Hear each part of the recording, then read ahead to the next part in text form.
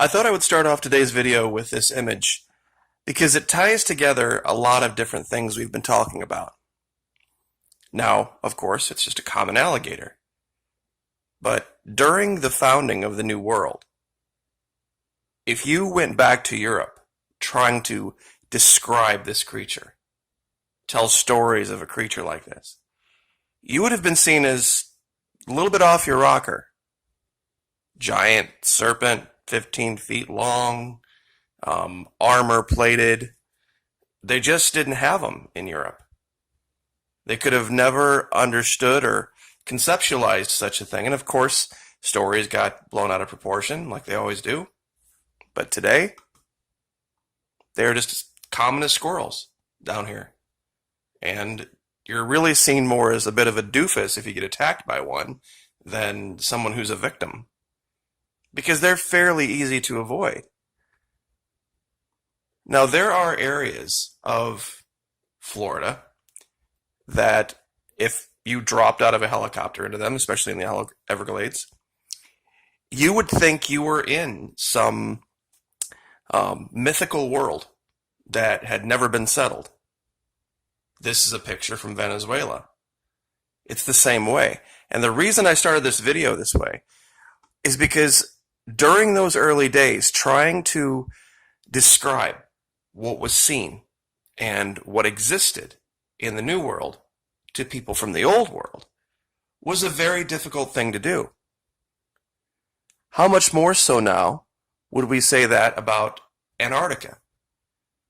Showing the images that we've seen, and we've seen more than one, we've seen dozens, that prove something very, very different is going on down there. And there may be creatures under the ice that we had no idea could live under the ice. There could be an entire functioning ecosystem under that ice. Nobody could disprove it because of so little is known. Just like at that time, so little was known about the New World, and the stories that came back were somewhat fantastical and a little bit hard to believe. The ice down there is melting. That's fact. But there's also a great deal of volcanic activity as well. So it may not be this thing where there's just an either or. Either this is true or that is true. One of the things that I had shown some months back was this video that they made, this Antarctic bed machine video. And I just want to show part of it again because it's really incredible to watch what they have been able to uncover down here. The resolution. And it shows things that just don't make sense to just the explanation of wind, ice, rock, and snow. There were Spanish explorers that had come back and reported to the king back then that Florida was this inhospitable, unmanageable wilderness that no profit could ever be made from. And there are parts of Florida that are still that way. But what do we know now to be the truth of the New World? That while yes, that was the case, even up until the 1950s when Walt Disney bought that center part of Florida and turned it into what it is now, it was farmland, and really not even that great a farmland. This particular image right here is just stunning, and I'm going to pause it. It's the Denman Glacier, and this is 10 times deeper than Death Valley. The sheer drop that goes from parts of this are as high as Everest, right next to places that are that deep below sea level. It's an amazing, amazing thing to see. And we have so little information about the fifth largest continent on the planet to make any grandiose statements about what may or what may not be there. I think it's just too early to dismiss anything.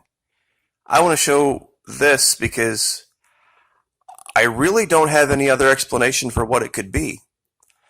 All I've labeled it as is two glowing eyes.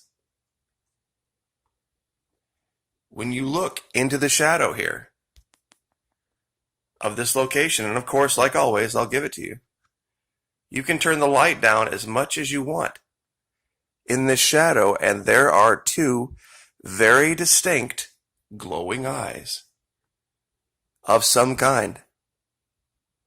I don't care what angle you look at this from. There's something back there.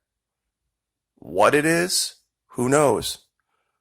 I do know at night in Florida, you can go out to just about any pond or lake and take a flashlight, and you'll see all sorts of glowing eyes.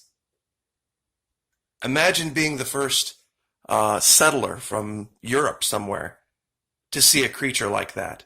Just these two glowing orangish eyes off in the distance that just start coming at you, and then the thing coming out of the water would be something out of a nightmare. Why would it be so hard to believe this is the case down here? I don't know what this thing is, to be truthful, but it doesn't look friendly. And I've tried to move the curtains around in here a little bit. Let me see if I can get a little bit better darkness in here to take that. There we go.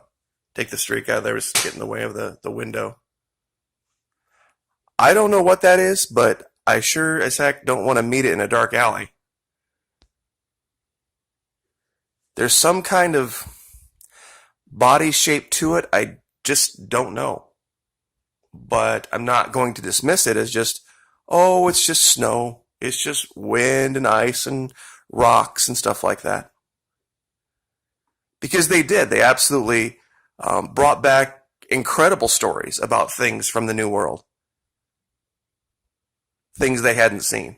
All were true. Some were exaggerated. So all I would ask is keep an open mind. This isn't nearly as scary, but it's just as strange. I mean, it's not wind, it's not ice or rock, but whatever it is, seems a little bit not random. The shapes underneath it, the shapes around it, I don't know how one could look at this and say, yep, that's just the way it is.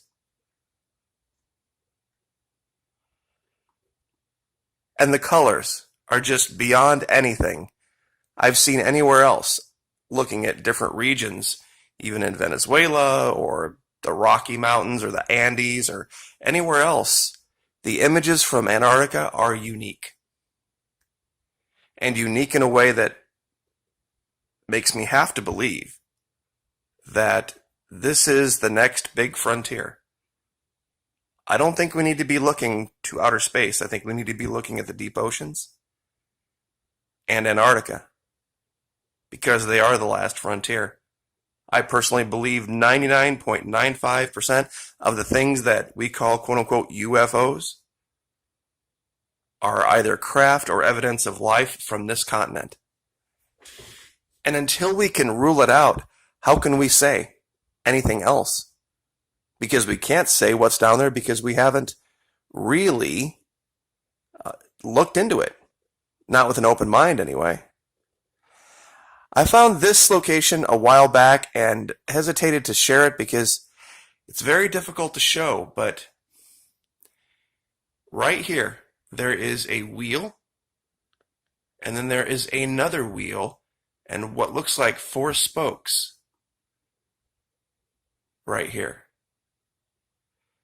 And like I said, once again, I will put down in the description all 3 of these locations, and you can look at them for yourself.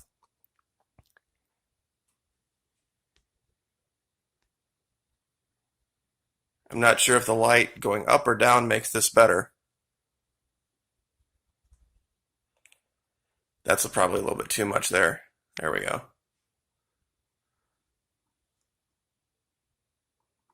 And then one other area that just, when you zoom in,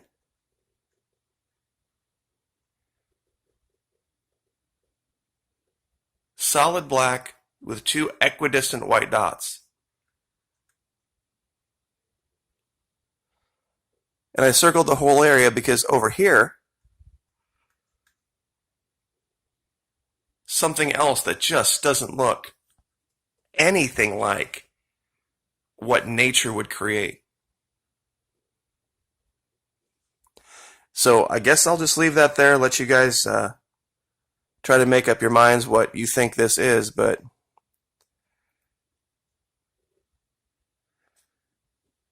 very, very, very strange creature, whatever this is. And it just reminded me of what settlers must have thought back in the 15th, 16th century, the first time they encountered one of those giant gators here in Florida. Like, share, subscribe.